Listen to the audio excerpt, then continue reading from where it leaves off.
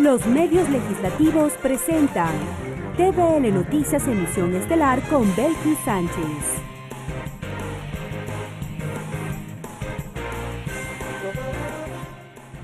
Jueves 16 de mayo de 2019. Saludos amigos y bienvenidos a la emisión estelar de TVL Noticias que llega a ustedes a través de la señal de la televisión legislativa del Ecuador y nos siguen también por internet por tvl.asambleanacional.gov.es y por Facebook Live. Enseguida les contamos lo más destacado de esta jornada.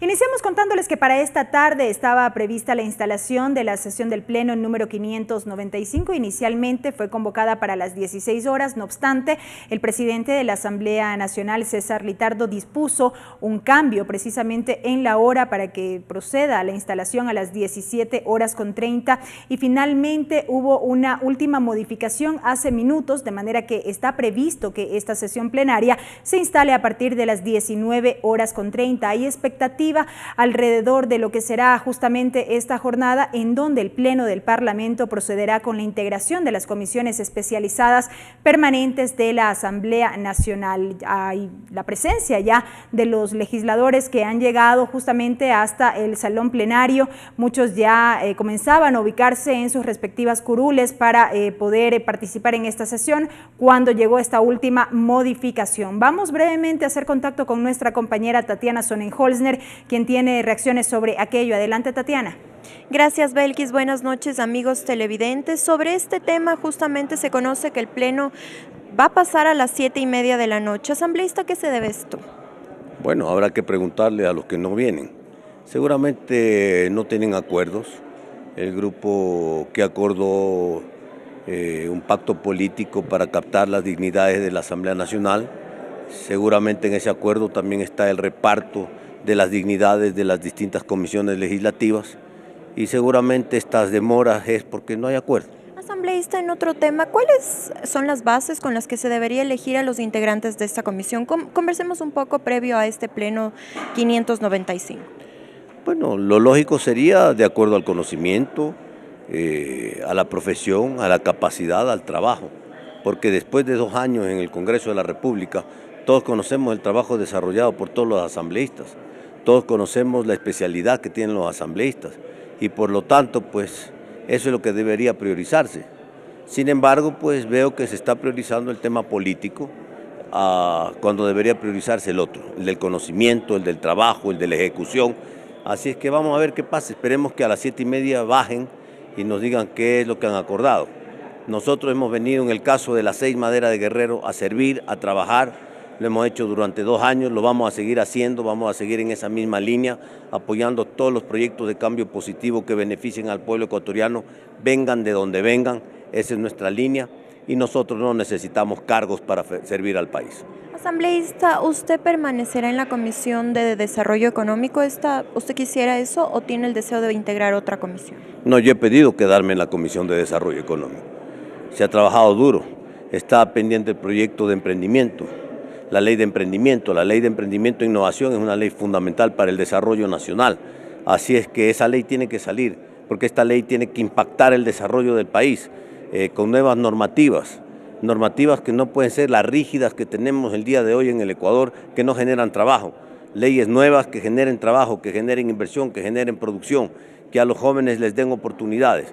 Así es que yo me quedo en la Comisión de Desarrollo Económico. Bien, gracias, asambleísta César Ron, con quien hemos conversado previo a la instalación de esta sesión 595, que como llegó en el comunicado, se instalará a las 7:30 de la noche. Vuelvo contigo, Belkis. Buenas noches. Gracias, Tatiana, y mientras transcurren estos minutos, evidentemente seguimos en esta espera y mientras tanto queremos compartir con ustedes un reportaje que recoge las impresiones en horas de la mañana que se pudieron justamente recibir por parte de los legisladores como expectativa a esta sesión del Pleno número 595 y también la intención de muchos de integrar determinadas comisiones parlamentarias.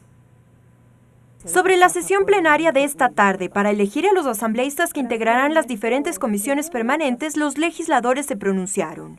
Hay quienes consideran que es una oportunidad para tener comisionados de distintas posiciones políticas y así garantizar diversidad, como lo hizo el asambleísta Lenin Plaza. Se ha dicho que se han hecho acuerdos y los acuerdos yo creo que deben girar en torno a responder como Asamblea Nacional, no a tapar y tratar de defender a nadie que haya cometido actos que riñan contra la ley. Desde la bancada de Creo, algunos de sus representantes explican sus intereses para integrar las comisiones. Sí nos gustaría a nosotros presidir el tema de participación, el tema de educación, el tema de relaciones internacionales. Entonces hemos dicho frontalmente y con la verdad del caso. Mientras que el asambleísta Henry Cucalón del Partido Social Cristiano dice que los legisladores de este grupo político están preparados para asumir cualquier comisión. En nuestro caso, el país conoce que nosotros podemos trabajar desde cualquier comisión. Creemos que lo hemos hecho correctamente, responsablemente donde hemos trabajado.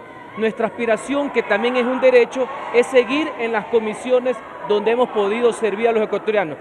Desde la bancada de Suma, Gabriela Larreategui explica que el perfil del asambleísta Héctor Muñoz es ideal para presidir la Comisión de Justicia y que se debe tomar en cuenta la experiencia de cada legislador para tomar esta decisión. Desde Suma lo único que hemos pedido es que se nos respeten las comisiones en las que estamos, con excepción de Héctor Muñoz, que quiere pasar a la Comisión de Justicia, porque obviamente su hoja de vida, su carrera, su experticia le da las credenciales para pertenecer a la Comisión de Justicia.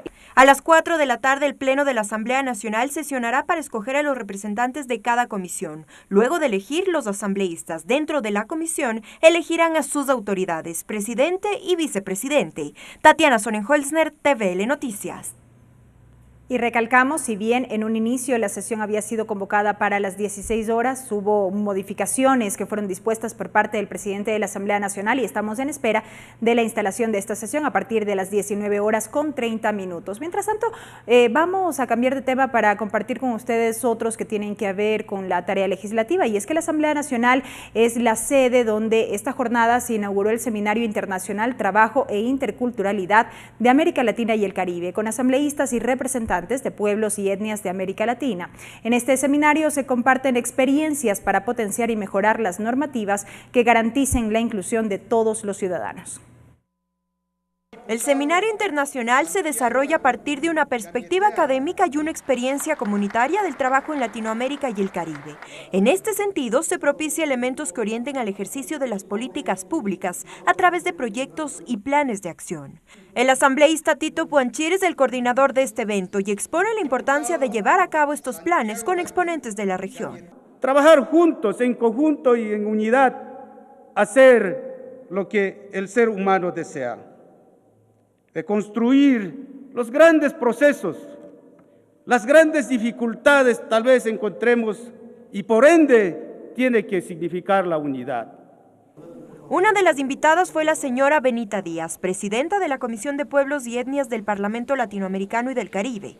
Díaz dice que compartir experiencias de cada región potencia la generación de normativas sólidas que garanticen la participación de todos los ciudadanos. De un trabajo conjunto y de un sumar esfuerzos para consolidar nuestra democracia y para responder con políticas conjuntas a las necesidades diversas de nuestros pueblos y de nuestra sociedad en su conjunto. De su lado, el asambleísta Jaime Olivo rescata que la Constitución de la República reconoce los derechos de los pueblos originarios. Sin embargo, el desafío está en garantizar estos derechos a través de políticas públicas. Pensamos articular y buscamos que estos derechos se plasmen efectivamente en una norma jurídica dentro de cada estado y de esta manera fortalecer la plurinacionalidad, la interculturalidad, que no es solamente para pueblos indígenas, sino para una sociedad donde exista igualdad y sobre todo el respeto a los derechos humanos. El seminario se desarrolló con conferencias magistrales y 3 mesas de trabajo, enfocadas en trabajo e interculturalidad. Tatiana Sonnenholzner, TVL Noticias.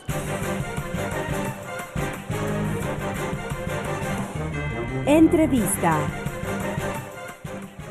Y justamente a propósito de este tema, de manera previa tuvimos la oportunidad de dialogar para nuestro segmento de entrevistas con Juan Ilicachi, quien es rector de la Universidad Amautai Huasi, en torno a lo que fue los temas que pudo exponer como parte de este seminario internacional. Lo revisamos enseguida. Juan Ilicachi, PhD en Antropología por el Centro de Investigaciones y Estudios Superiores en Antropología Social de México. Rector de la Universidad Intercultural Amautai Huasi. Doctor Ilicachi, bienvenido a TVL Noticias, qué gusto que esté con nosotros. Buenas tardes, muchas gracias por la invitación. Y precisamente lo hemos invitado un poco para comentar un poco la importancia de este seminario que hemos visto ha iniciado en esta jornada en la Asamblea Nacional, en donde se habla de trabajo e interculturalidad. Usted tuvo la oportunidad de participar en una de las mesas de trabajo. Una mirada general respecto de este encuentro. Mira, la Universidad Intercultural de los Pueblos y Nacionalidades Indígenas Amautai Huasi está en el proceso de institucionalización. Los compañeros asambleístas, amigos de las organizaciones indígenas nos han invitado a ser copartícipe de este taller, de este seminario. Y claro, nosotros con gusto hemos aceptado porque la médula, la centralidad de una universidad es eso, la academia, la pluralidad de debates, de convergencia, divergencia, de teorías, de paradigmas, de conocimientos. Entonces hemos dicho, si la universidad nace para eso, la universidad está para eso, entonces con gusto estamos aquí apoyando este tipo de seminario. Y es más, el tema de la interculturalidad es un tema central, fundamental para la Universidad Intercultural Amautai Huasi. ¿Y por qué nosotros desdecirnos de esta participación? Correcto. Se ha hecho mucho énfasis precisamente en el trabajo y en la inauguración de lo que ha sido este seminario. Por ejemplo, se manifestaba que los pueblos indígenas necesitan el derecho al trabajo para que haya equidad y participación, una verdadera equidad y participación. ¿Qué lectura hay sobre aquello? Mire, nosotros en la mesa que trabajamos topamos el tema de los derechos colectivos, el tema de políticas públicas. No, en nuestra mesa no tratamos analizamos sobre la transición de una educación disciplinaria a una educación de control, el cambio de paradigma, el funcionamiento, la operación de una educación intercultural, la manera como el poder ejerce sobre el subalterno, la manera como ejerce el poder sobre el alma, la conducta de los sujetos, de tal manera que habíamos diferenciado entre la educación disciplinaria y la educación de control intercultural. Por ejemplo, habíamos dicho que la educación disciplinaria es el ejercicio de poder que se centraliza en controlar, vigilar el cuerpo es el que recibe el castigo, el cuerpo es el que grita, el cuerpo es el que gime. Mientras más grita, mientras más ritualizado, mientras más exhibición tenga, ese es el tipo de educación disciplinaria, mientras hoy estamos viviendo en el otro tipo de educación que se llama educación de control.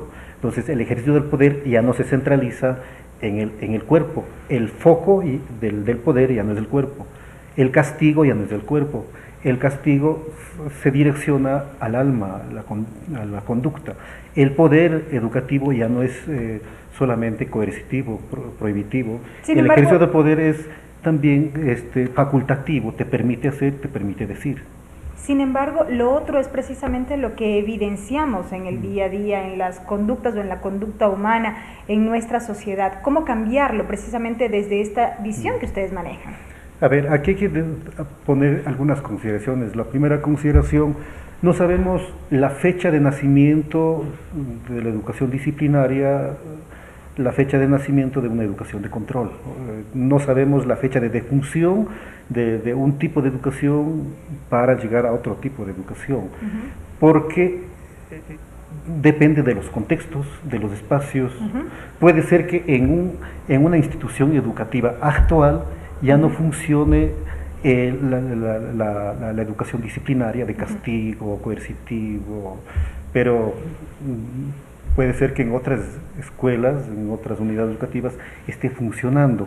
Entonces, por lo tanto, decir que en esta fecha desapareció la educación disciplinaria, la educación punitiva, coercitiva, es difícil, por un lado. Por otro lado, la educación intercultural bilingüe, cuando nace como institución el 15 de noviembre de 1988, viene a cuestionar a esta educación disciplinaria de control. Surge como una especie de alternativa, una educación alternativa intercultural frente a una educación monolingüe, hegemónica, dominante. Pero si analizamos desde el punto de vista académico, o sea, no es que la educación intercultural bilingüe no viene a reproducir las relaciones de poder, no es que niega la educación disciplinaria. De acuerdo a mi trabajo de campo, a las investigaciones que hemos hecho en las comunidades indígenas, nuestros compañeros también en ocasiones reproducen el tipo de educación disciplinaria. Entonces, hay que ir cuestionando en todos los niveles. Correcto. En todos los espacios, porque el disciplinamiento no solo existe en el campo de la educación, existe en todos los espacios, en la iglesia, existe en las cárceles, incluso en la familia, cuando el esposo llega bien enojado, por ejemplo, ahí está ejerciendo el poder, ahí está el ejercicio del poder en forma de red, en forma de microfísica. Entonces, no solo hay que atacar el poder en un solo espacio, hay que resistir, insurgir contra el poder en todos los espacios. Correcto. Ahora, más allá del ámbito educativo como tal, que usted bien señalaba, y desde su experticia, tomando en cuenta que evidentemente, como lo presentábamos en esta entrevista, usted es el rector de la Universidad Intercultural Amauta Iguazzi, ya en términos, por ejemplo, que se pudieron abordar en este seminario que ha iniciado en esta jornada, lo que decíamos en cuanto al ámbito de trabajo, en cuanto a la generación de políticas públicas orientadas hacia los pueblos y nacionalidades, ¿qué demandas todavía existen y cuáles son todavía las deudas que se evidencian? Aquí hay que determinar, señalar algunas potencialidades, algunos avances que no hay que negar, son visibles. Como por ejemplo. La incorporación de categorías étnicas, andinas, que hace muchos años era difícil, impensable, porque eran categorías de los incivilizados, la categoría de los conceptos de los indígenas, pues hoy se ha logrado incorporar el tema de la plurinacionalidad, el tema de la interculturalidad. Si revisamos en el artículo 1 de la Constitución, ahí está explícitamente, pero también está la categoría de summa causa, el denominado buen vivir. El buen vivir, está también el concepto de Pachamama.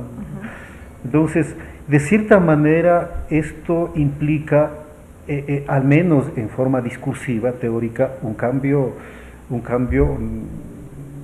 significativo, porque cuando se habla de la Pachamama, de la naturaleza, estamos considerando como un ser humano a la Pachamama, la naturaleza. La Pachamama es la madre tierra, la Pachamama es donde hemos nacido, donde necesitamos vivir, de donde hemos surgido, a ella vamos a volver, a los senos de ella, al vientre de la Pachamama hemos de volver.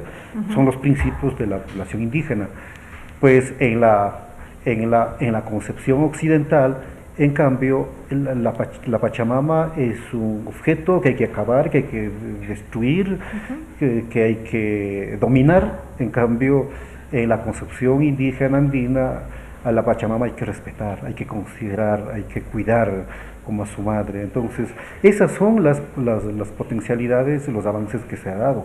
Pero también estamos en los bloqueos, digamos, hay ciertas cosas que no se han avanzado. ¿Como por ejemplo? Como yo les había dicho en la primera parte, en teoría son postulados principios muy importantes, pero en la práctica como que nos chocamos con las estructuras legales, con las instituciones que no nos permiten mover. Por ejemplo, nosotros en la Universidad Amauta Iguasi queremos poner en el estatuto, en el nivel del Consejo Universitario, la participación de los pueblos y nacionalidades indígenas. El Consejo Universitario es la máxima autoridad en términos de gestión, en términos de toma de decisión en una universidad. Pues nosotros queremos que en esa toma de decisión académica también estén los pueblos y nacionalidades indígenas, pero también queremos incorporar ahí la participación de los sabios, de los yachaj, cuna. Entonces son cosas que nos permite por un lado debatir, discutir, pero por otro lado también nos empantanamos ahí porque a veces no encontramos salidas legales. Correcto. Hemos aterrizado precisamente en el tema de la Universidad Intercultural Amauta Iguasi.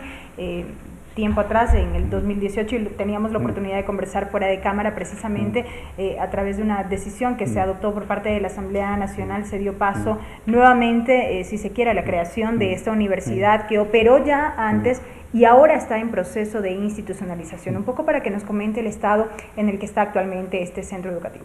Antes de comentar el estado de la universidad, me gustaría señalar que esta universidad no surge del vacío, no surge de la nada, es una universidad de las organizaciones indígenas, es una universidad que surge de la lucha, de la resistencia de los pueblos indígenas, surge hasta cierto punto del río de sangre, ¿no? Porque para reclamar nuestros derechos, nuestros compañeros perdieron sus vidas en los levantamientos, en las manifestaciones. Por ejemplo, en 1872 fue asesinado nuestro compañero puruá chimboracense Fernando de Aquilema. Con la misma suerte corrió Dolores, Tránsito, se me va el nombre, pero lo que quiero decir es que esta universidad es fruto de la lucha del movimiento indígena, la expresión de la población indígena. Siendo así, esta universidad, luego de una serie de talleres, debates, surge oficialmente en el 2004 como una universidad privada. La misma es cerrada en el 2013. Luego del proceso de evaluación de las universidades. Sí. Pues en agosto del 2018, con 122 votos favorables en la Asamblea, aprueban la ley de creación, digamos, emiten la ley de creación de la universidad. Esta ley es publicada en el registro oficial 297.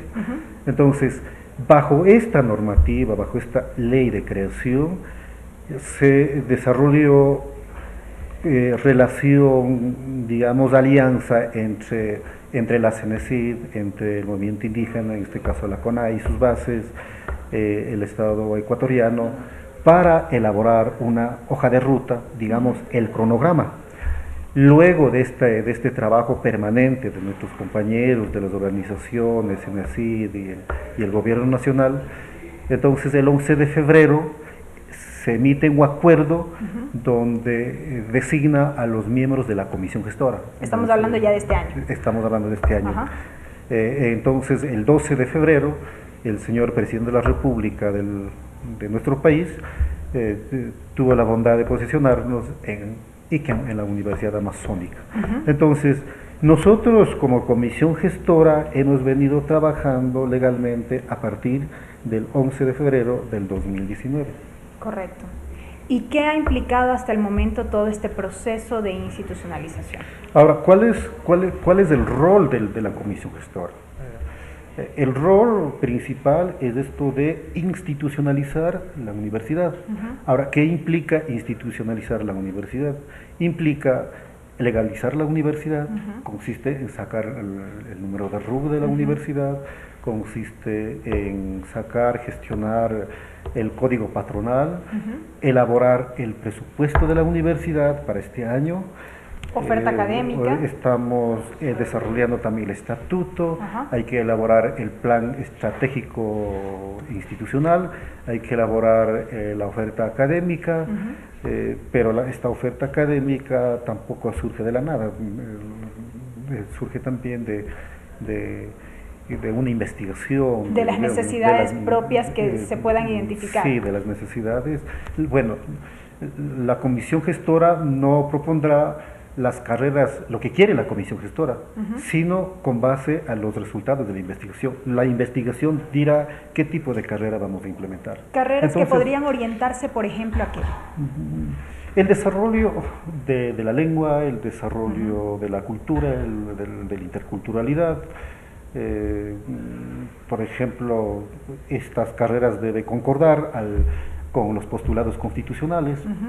Ahí aparece el tema de la interculturalidad, ahí aparece el tema de la lengua. Entonces la universidad, la educación superior tiene que contribuir en desarrollar, tiene que ayudar a fortalecer el tema de la interculturalidad en el país. Correcto. Para finalizar, doctor, esta entrevista, con todo este antecedente, el proceso que está en curso, ¿cuándo oficialmente entonces la universidad podría tentativamente estar abriendo las puertas a los estudiantes? De acuerdo a la hoja de ruta, está planificado empezar en el 2020. Hablemos aproximadamente en septiembre, octubre del 2020. Pero aquí hay que decir lo del presupuesto, ¿no? Nosotros ya hemos presentado al señor ministro a través de CENESID el presupuesto de la universidad justamente para trabajar sobre la oferta académica, sobre el desarrollo del plan institucional. Estamos esperando que nos devuelva la respuesta favorable. Esperamos estamos convencidos que el señor ministro nos dará una respuesta favorable, porque hay un compromiso del señor presidente de la República. Él está muy comprometido, tiene mucha voluntad, al menos eso es lo que dijo en la inauguración, en la posición de la comisión gestora, el 13 de octubre. Entonces, esperamos que lo más pronto posible contemos con el presupuesto, y este presupuesto nos permitiría ya vehiculizar lo que está en la hoja de ruta. Correcto, doctor. Muchísimas gracias por habernos acompañado en este espacio de noticias. No, muchas gracias a ustedes por este espacio.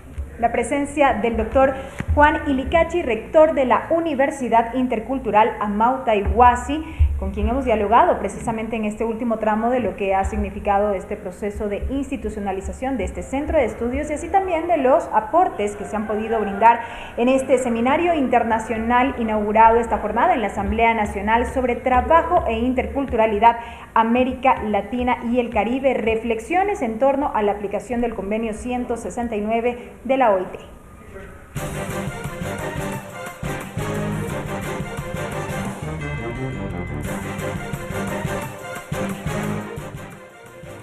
Bien, y retomamos el tema inherente a la sesión del Pleno número 595. Vamos a enlazarnos nuevamente con nuestra compañera Tatiana Sonnenholzner desde los exteriores del Salón del Pleno. Tatiana.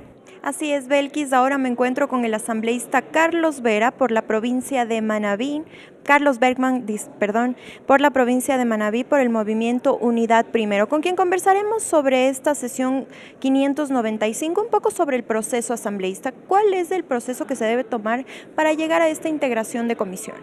Bueno, tal como lo contempla la Ley Orgánica de la Función Legislativa, tenemos que elegir hoy día o el día que se convoque las comisiones permanentes de la Asamblea Nacional más la Comisión de Fiscalización. Lamentablemente hemos empezado, creo, mal, debimos haber arrancado desde las 4 de la tarde, entiendo que han sido por 2 veces postergados, entendemos que no hay acuerdo entre las diferentes bancadas que lograron la elección de las diferentes dignidades, y creo yo que es importante empezar como se llega al acuerdo, en una hora puntual.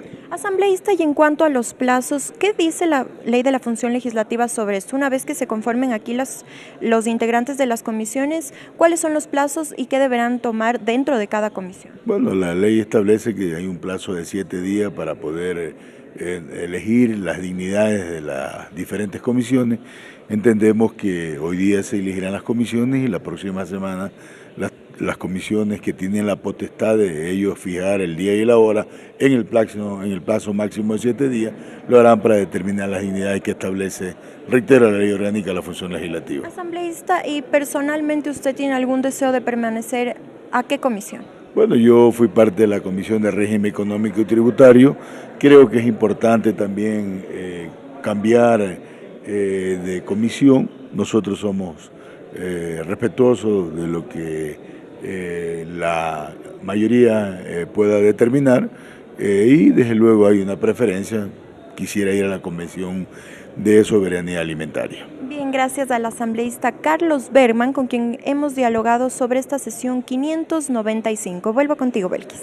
Gracias, Tatiana. Y así es, y mientras tanto se mantiene esta expectativa por la instalación de esta sesión del Pleno. Vamos rápidamente con otros temas para contarles que el Consejo de Participación Ciudadana Transitorio ratificó el estado de salud de Julio César Trujillo como crítico y grave. El organismo conoció el cuadro de salud de forma reservada.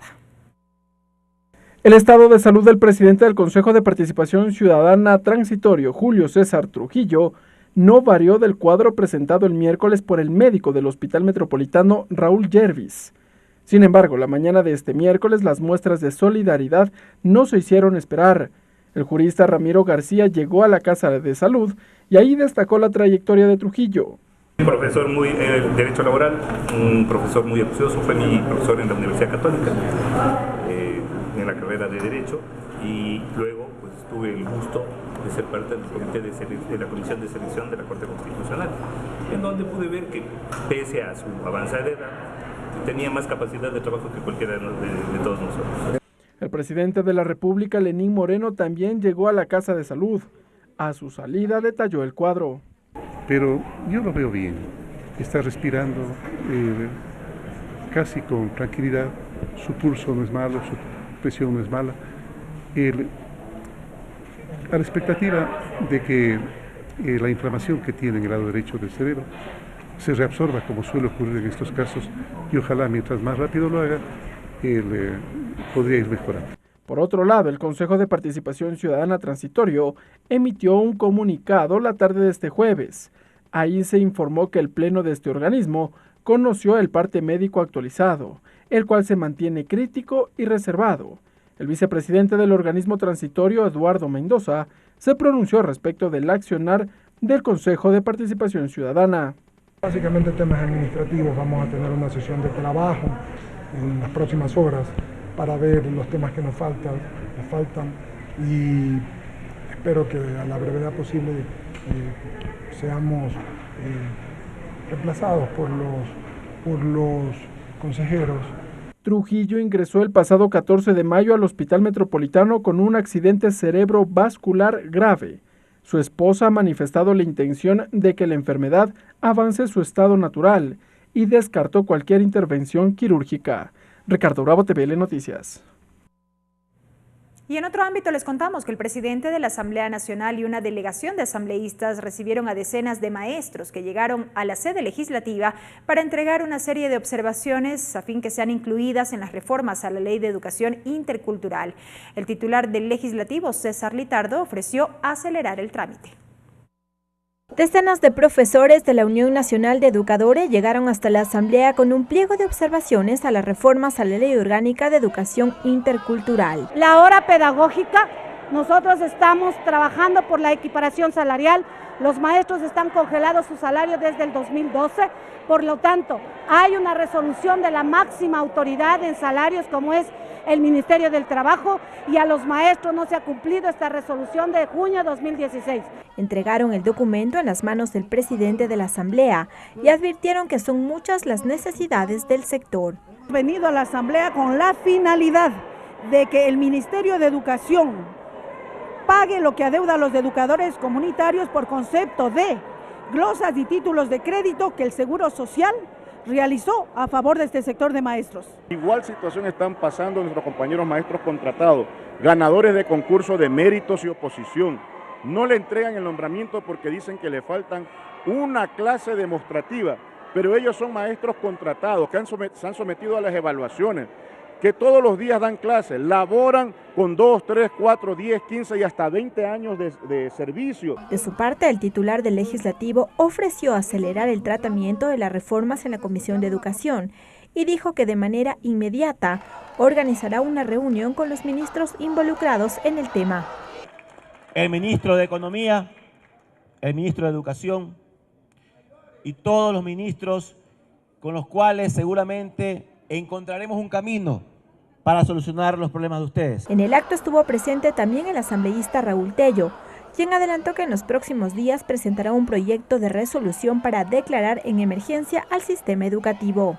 Existen en la educación 1000 problemas: falta de infraestructura, maestros mal pagados, maestros sin capacitación, maestros con contratos y sin estabilidad. La Comisión de Educación avanza con el trámite para la construcción del informe para segundo debate del proyecto de reformas a la Ley de Educación Intercultural. Sin embargo, las observaciones de la UNE servirían como insumos previo a la aprobación del documento. Lorena Espinosa, TVL Noticias. Bien, y hasta aquí esta emisión de noticias, amigos. Gracias por habernos acompañado. Les invitamos a que permanezcan en la sintonía de los medios legislativos. Televisión Legislativa del Ecuador, una muy buena noche.